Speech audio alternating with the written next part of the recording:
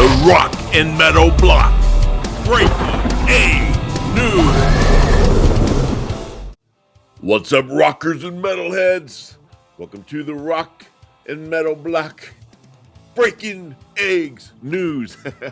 Well, actually, this is what we're going to do is we're going to talk about kind of over the highlights of the year 2025. It's been a great year for rock and metal, and not only in releases of new music, which I'm going to do my top 20 soon of the best albums of 2025, but just all the stuff that's been going on that we've had. I mean, the Black Sabbath reunion, but then there's all the lows where we lost Ozzy Osbourne, we lost Ace Frehley. So we'll just I'm just going to go over some of the major highlights that happened this year. Take a look back at that and just kind of see where we're at. What was some of your memories of 2025? Like to know about that. Drop it in the comments. Let me know. Anything that maybe whatever concert you went to. What was your favorite concert? Any major releases that came out that you loved. I mean, just let me know about it. Because I always like to be turned on to new things. And so let's get into this. Okay, so this was cool. In late 2024, Iron Maiden announced a new tour. When do these guys stop touring? When are they ever going to stop? But anyway, so it was a Run for Your Lives tour. And actually, it started on May 27th in 2025 in Budapest. Iron Maiden's one of my all-time favorite bands. They're probably my all-time favorite band. Like, they're like how the Beatles were to some people. That's how the Iron Maiden is to me. Iron Maiden is like my band, And so it was great to see. I'm hoping that this comes to Portland. The 2025. I think they're still touring in 2026. Unfortunately, Nicko McBrain had to retire, which is okay because, the guy, he's like the oldest in the band. I mean, come on, like, he deserves that retirement. So, but I can't remember who the new drummer is. His name is escaping me, but I think he was something Dawson maybe. But I believe he was blessed by Nicko McBrain to replace him.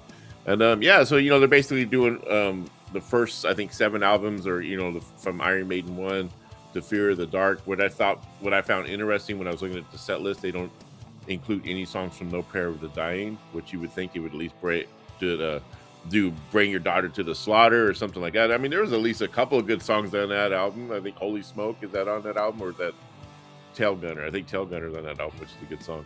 But don't say you're gonna do every album from the first one to No Fear of the Dark and then not include No Prayers for the Dying. Come on, And then Megadeth, they got a new album coming out next year. Well, actually just right around the corner, basically in January. And Megadeth announced their farewell. I mean, this is gonna be their last album, very last tour. I mean, the new album's sounding great. The songs I've heard so far just sound really badass. I mean, it's like, I always say that too. Like, last album sounded badass, and then I kind of got bored of the album after a while. But this one sounds like it's going to stick for a while. And it's self-titled. It's got a really cool album cover. They just released a single, "Let There Be Shred." Hell yeah!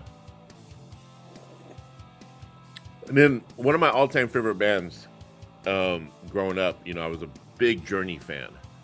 I had the Atari game. had the posters. I had almost every one of the records. Frontiers was like, to me, like before I got into really hard heavy metal, like I was like maybe 13 or 14, and but Frontiers was like, wow, that's heavy when you hear like Separate Ways. Anyway, Journey announced that they are closing the doors or closing out their. No bands ever say stay retired or stay gone, so I don't know if I believe Journey on this one, but this is basically the final Frontier tour. It's going to kick off in 2026. I did finally get to see Journey in concert a couple of years ago. Hopefully I get to see him one last time. And Megadeth too. I got to see Megadeth a few years ago, and hopefully I get to see them one more time. Also, this was surprising. Accept has revealed that they're actually going to be launching their farewell tour in 2026, which is weird because I just watched a recent clip of them. They seem like they still have a lot of fire in them, to keep going. The big event for me this year, I mean, this was like the biggest, and it's probably the biggest for a lot of people, was Black Sabbath's Back to the Beginning, which happened on July 5th. It's Ozzy Osbourne's farewell to everybody. And basically, this was his goodbye and all that stuff. And at the time, we kind of knew he was on his way out, but unfortunately he did pass away afterwards.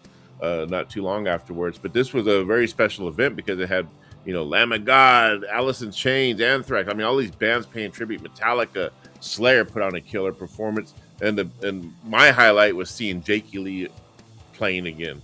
I mean, the dude's been shot, with fucking by some gangbangers or whatever.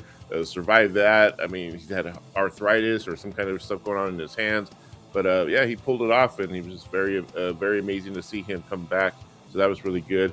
Yeah, unfortunately, the death of Ozzy, that was 2 weeks later. This was the one that hit me the hardest because it's like that was my very first concert. That's why I'm wearing the Ozzy Osbourne Bark at the Moon shirt with Jakey Lee on it. But yeah, I was crying and everything when that happened because, like I said, we knew he was going to pass, but he on July 22nd, not too long after the farewell tour, or a farewell show, he passed away. And yeah, it was very sad.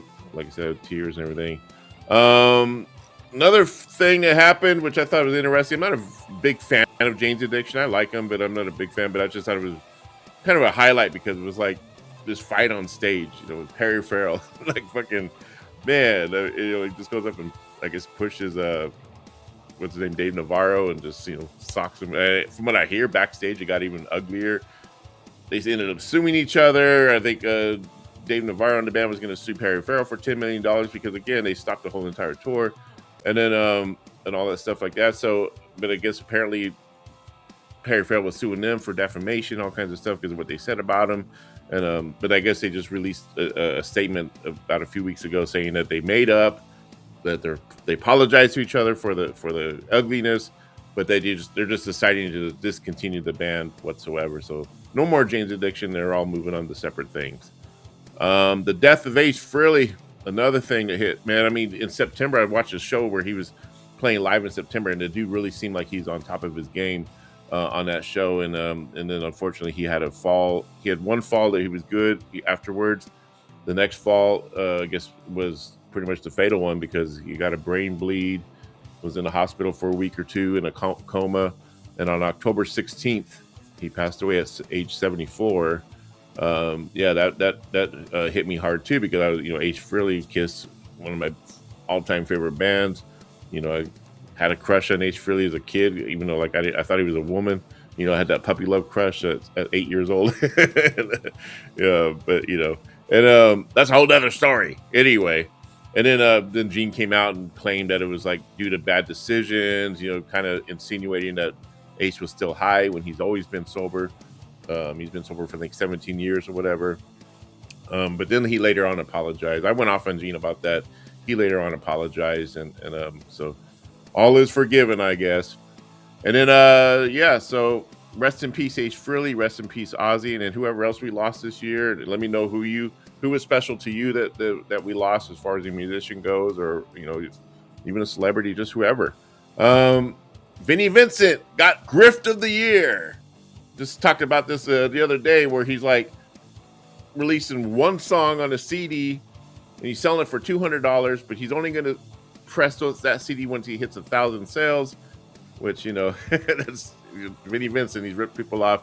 Then Peter Criss released a new solo album at 80 years old, and I wasn't really a fan of the record. If you saw my review, I liked a few songs on it, but I appreciate the musical effort that he put into it, especially being at 80 years old, and he's putting out more music than Gene and Paul have in the past 15 years. Kiss, we close out the year with Kiss being honored at the Kennedy Center. This was really cool to watch. Really nice tribute to Ace Frehley. I just kind of wish that they did a little photo montage or something like that, but it was very touching to see Peter Criss cry at that when Criss Angel was talking about Ace, and then they did the guitar thing with it lighting up, and the smoke came out of the pickup and everything. And yeah, really cool moment. Garth Brooks did a good job honoring Kiss. The one guy, I can't remember the singer's name, but he did a very good very good version of Beth. And yeah, so that was really cool. And as far as physical copies are still alive and well of music, I think vinyl and CDs has overall made like $576 million in the first half of 2025. And that's good to hear. CDs were 11.7 million CDs were sold. Vinyl records, 22.1 million vinyl units were sold in the U.S. So and then we got the cassettes. Remember the cassette? That's actually coming up again. So that was a 1.0 million units sold at made about $11 million in the U.S. I started building up a little cassette collection there. So yeah, so been a good year. Things have been happening. All right, and so let me know what you're looking forward to in 2026. We got some great albums coming out. Megadeth in January. We got Mayhem coming. Yeah, so Merry Christmas, Happy New Year's, Happy Holidays, horns up, and peace out.